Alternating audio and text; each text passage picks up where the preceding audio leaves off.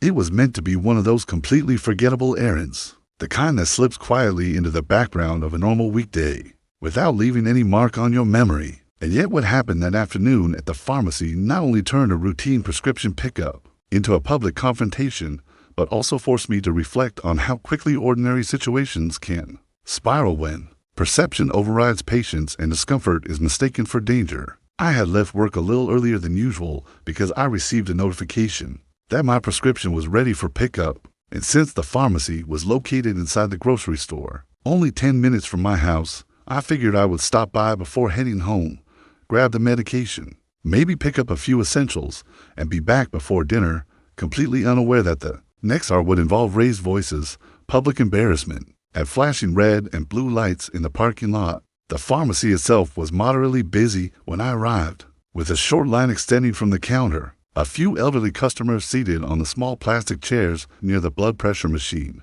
and the steady hum of fluorescent lights blending with the faint beeping of scanners and distant grocery carts rolling across tile floors, creating the familiar background noise of a place that exists in a constant state of mild activity. I walked up to the counter, took a number from the small digital dispenser, and stepped back behind the line of customers, noticing the blue tape markers on the floor that suggested where to stand. Though like most people by this point, I did not treat them as rigid legal boundaries, but rather as loose guidelines to prevent obvious crowding. There were 3 people ahead of me, and I settled into the quiet rhythm of waiting, glancing occasionally at the number display above the counter, while scrolling briefly through my phone to pass the time, though I remained attentive enough to notice when the line shifted forward. The woman directly in front of me appeared to be in her late 40s or early 50s, dressed neatly, purse hanging from her shoulder, posture stiff and alert, the kind of person who seems perpetually aware of her surroundings and slightly suspicious of anything out of place. When the first customer finished and stepped away,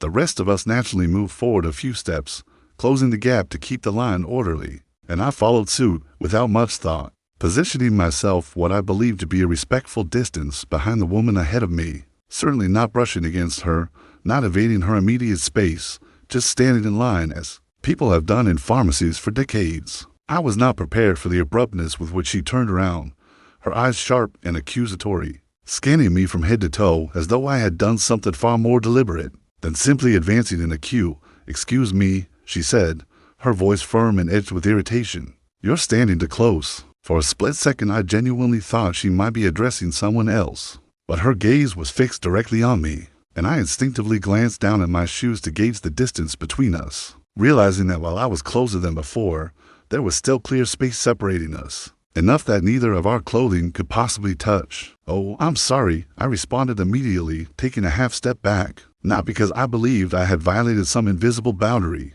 but because I preferred to avoid unnecessary conflict in public settings. "I didn't realize." "I'll move back." One would think that a quick apology and adjustment would have resolved the matter entirely, but instead she continued staring at me, her lips tightening further as though my compliance was insufficient. She turned back toward the counter briefly as the pharmacist called her name, but before stepping forward she muttered loudly enough for those nearby to hear, "Some people just don't understand basic boundaries." The comment stung more than I expected, not because it carried legal weight, but because it implied intentional disrespect. And there is something inherently uncomfortable about being portrayed as inconsiderate in front of strangers when you have made a genuine effort to correct the situation. I decided not to respond further, assuming that once her transaction was complete, she would leave and the moment would dissolve into insignificance. Instead, after receiving her small white pharmacy bag, she stepped to the side near a display of greeting cards rather than exiting, positioning herself in a way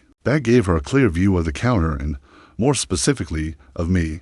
I felt her gaze before I even looked up, the subtle but unmistakable sensation of being watched. And when my number was called, I approached the counter cautiously, almost overly aware of how much space existed between myself and the plexiglass partition separating me from the pharmacist. The pharmacist greeted me with a polite smile, asked for my name and date of birth, and began reviewing the medication instructions, her voice slightly muffled by the barrier and the ambient store noise, which caused me to lean forward just a little so I could hear clearly. It was at that precise moment that the woman's voice rang out again from behind me, louder now, infused with indignation. "There he goes again," leaning all over the counter. I turned slowly, feeling every pair of nearby eyes shift toward the commotion. "Ma'am, I'm just listening, I said evenly, conscious of keeping my tone measured. I'm not trying to invade anyone's space. You were standing too close before, and now you're practically climbing over the counter, she insisted, her finger pointing in my direction as though she were identifying a suspect rather than addressing a fellow customer. The pharmacist attempted to defuse the situation gently. It's okay. He's fine, she said reassuringly, but the woman had already reached into her purse and retrieved her phone, her movements decisive and deliberate. I'm calling the police, she declared.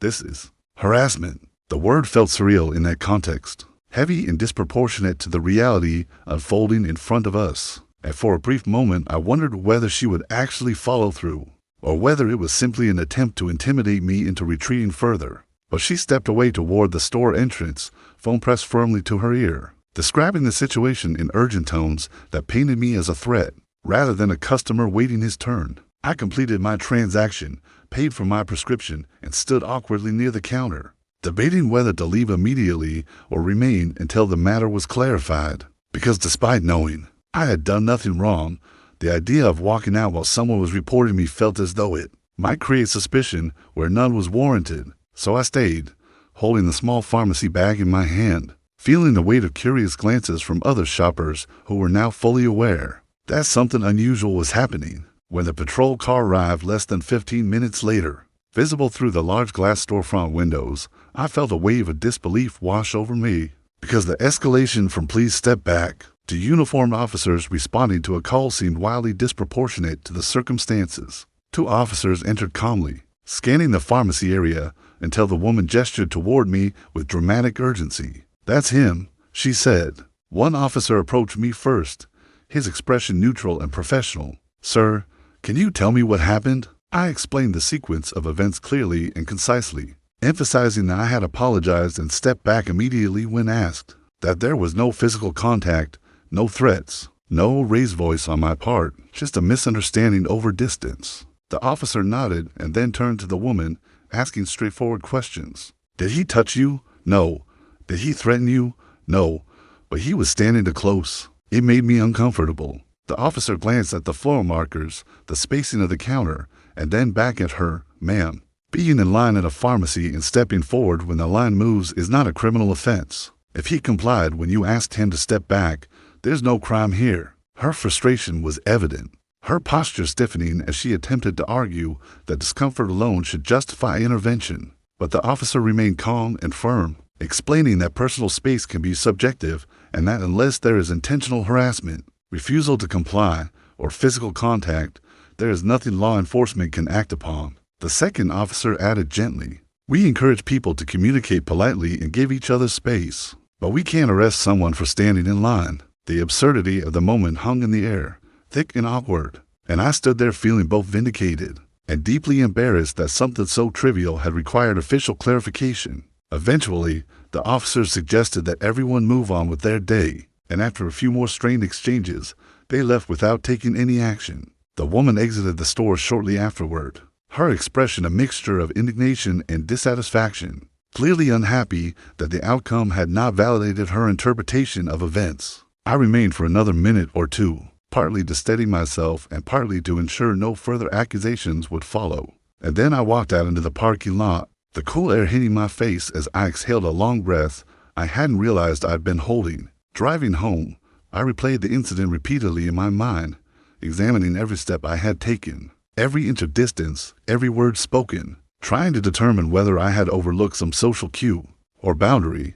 But the more I analyzed it, the clearer it became that this had been less about proximity and more about perception, about how one person's discomfort can escalate rapidly when filtered through suspicion rather than patience. In the weeks that followed, I found myself hyper-aware in public lines, sometimes leaving exaggerated amounts of space between myself and others, almost to the point of inconvenience, not out of fear of legal consequences, but out of a desire to avoid repeating that surreal confrontation. And yet, I also recognize that while courtesy is important, so is perspective, and that invoking emergency services over a minor social discomfort ultimately diminishes the seriousness of genuine emergencies. The experience stayed with me not because of any lasting consequence, but because of what it revealed about how fragile public interactions can be when empathy is replaced with accusation. and how quickly an ordinary moment can transform into something humiliating and theatrical when assumptions are made without dialogue.